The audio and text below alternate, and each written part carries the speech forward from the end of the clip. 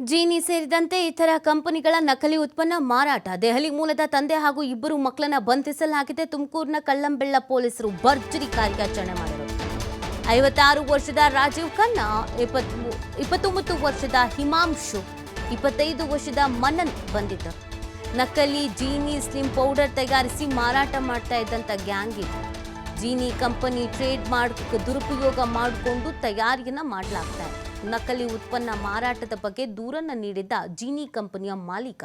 ಪ್ರಕರಣ ಸಂಬಂಧ ಕಾರ್ಯಾಚರಣೆ ನಡೆಸಿದ ಕಳ್ಳಂಬೆಳ್ಳ ಪೊಲೀಸರು ದೆಹಲಿಯಲ್ಲಿ ಗೋಡೌನ್ ತೆರೆದು ನಕಲಿ ಉತ್ಪನ್ನ ಮಾರ್ತಾ ಇದ್ದ ಗ್ಯಾಂಗ್. ಖಚಿತ ಮಾಹಿತಿ ಮೇರೆಗೆ ದೆಹಲಿಗೆ ತೆರಳಿ ಪೊಲೀಸರು ಕಾರ್ಯಾಚರಣೆಯನ್ನು ನಡೆಸಿದ್ದಾರೆ. ಜೀನಿ ಕಂಪನಿ ಟ್ರೇಡ್ ಮಾರ್ಕ್ ಅನ್ನು ದುರುಪಯೋಗ ಪಡಿಸ್ಕೊಂಡಿರೋದು. ನಮಗೇನು ಜೀನಿ ಅಂತ ಆರ್ಡ್ರ್ ಮಾಡಿಬಿಡ್ತೀವಿ, ತಂದು ಕೊಡ್ತಾರೆ. ಅದೇ ಜೀನಿ ಅಂದ್ಕೊಂಡು ಕುಡಿತಾ ಇರ್ತೀವಿ, ತಿಂತಾ ಇರ್ತೀವಿ. ಐಟಮ್ಸ್ಗಳು ಏನೇನಿರುತ್ತೋ ಆ ಫುಡ್ಗಳದ್ದು ಅದೆಲ್ಲ. ಬಟ್ ಅದರಲ್ಲೂ ನಕಲಿ ಫೇಕ್ ತಲೆ ಮೇಲೆ ಹೊಡೆದಂಗೆ ಇರುತ್ತೆ ಸತ್ಯಕ್ಕೆ.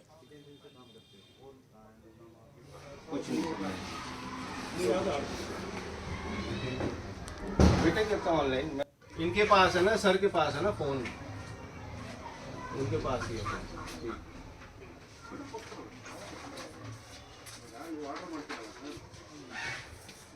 कितने दिन से काम करते हो? और कुछ नहीं।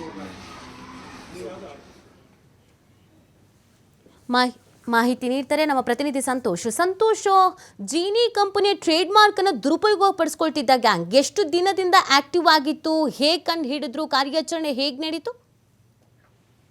ಎಸ್ನಿತಿ ಕಳ್ಳಂಬೆಳ್ಳ ಪೊಲೀಸರ ಒಂದು ಭರ್ಜರಿ ಕಾರ್ಯಾಚರಣೆ ಅಂತಾನೆ ಕೂಡ ಹೇಳ್ಬೋದು. ಆನ್ಲೈನ್ ಮತ್ತೆ ಫ್ಲಿಪ್ಕಾರ್ಟ್ ಗಳಲ್ಲಿ ಜೀನಿಯನ್ನ ಪರ್ಚೇಸ್ ಮಾಡ್ತಿದ್ದಂತಹ ಗ್ರಾಹಕರನ್ನ ಕೂಡ ಇವರು ಮೆಸೇಜ್ ಗಳನ್ನ ಕಳಿಸೋದ್ರ ಮುಖಾಂತರ ಕಡಿಮೆ ದರಕ್ಕೆ ಕೊಟ್ಟು ಅವರಿಗೆ ಗಾಳಾಕುವಂತ ಕೆಲಸವನ್ನು ಕೂಡ ದೆಹಲಿ ಮೂಲದ ಇವರು ಮಾಡ್ತಾ ಇದ್ರು. ಏನು ಈಗಾಗಲೇ ಕೂಡ ಆರೋಪಿಗಳನ್ನ ಬಂಧಿಸುವಲ್ಲಿ ಕಳ್ಳಂಬೆಳ್ಳ ಪೊಲೀಸರು ಕೂಡ ಯಶಸ್ವಿ ಆಗಿರ್ತಕ್ಕಂಥದ್ದು.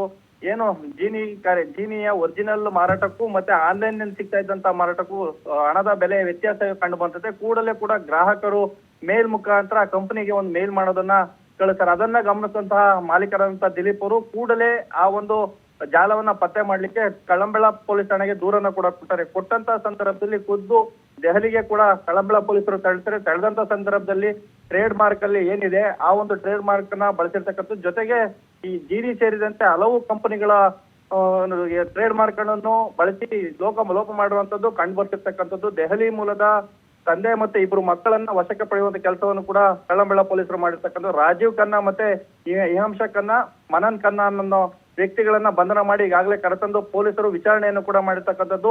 ಈ ಒಂದು ಪ್ರಕರಣಕ್ಕೆ ಸಂಬಂಧಪಟ್ಟಂತೆ ಈಗಾಗಲೇ RK ಟ್ರೇಡರ್ಸ್ ಮತ್ತೆ MK ಟ್ರೇಡರ್ಸ್, MHK ಟ್ರೇಡರ್ಸ್ ಹೆಸರಿನಲ್ಲಿ ಆನ್ಲೈನ್ ಮಾರಾಟ ಮಾಡ್ತಿತ್ತು. ಅವ್ರ ಮೇಲೆ ಪ್ರಕರಣವನ್ನು ಕೂಡ ಕಳ್ಳಂಬೆಳ್ಳ ಪೊಲೀಸರು ದಾಖಲಿಸಿರ್ತಕ್ಕಂಥದ್ದು.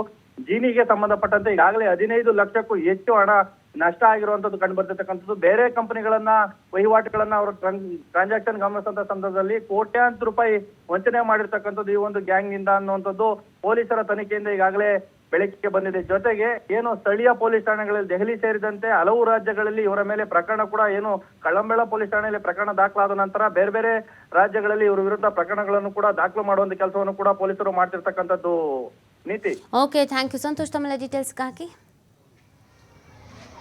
उनके पास ही है।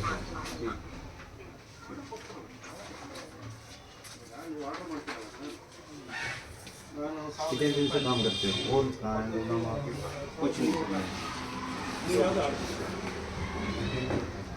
बेटे करता ऑनलाइन। इनके पास है ना, सर के पास है ना फोन,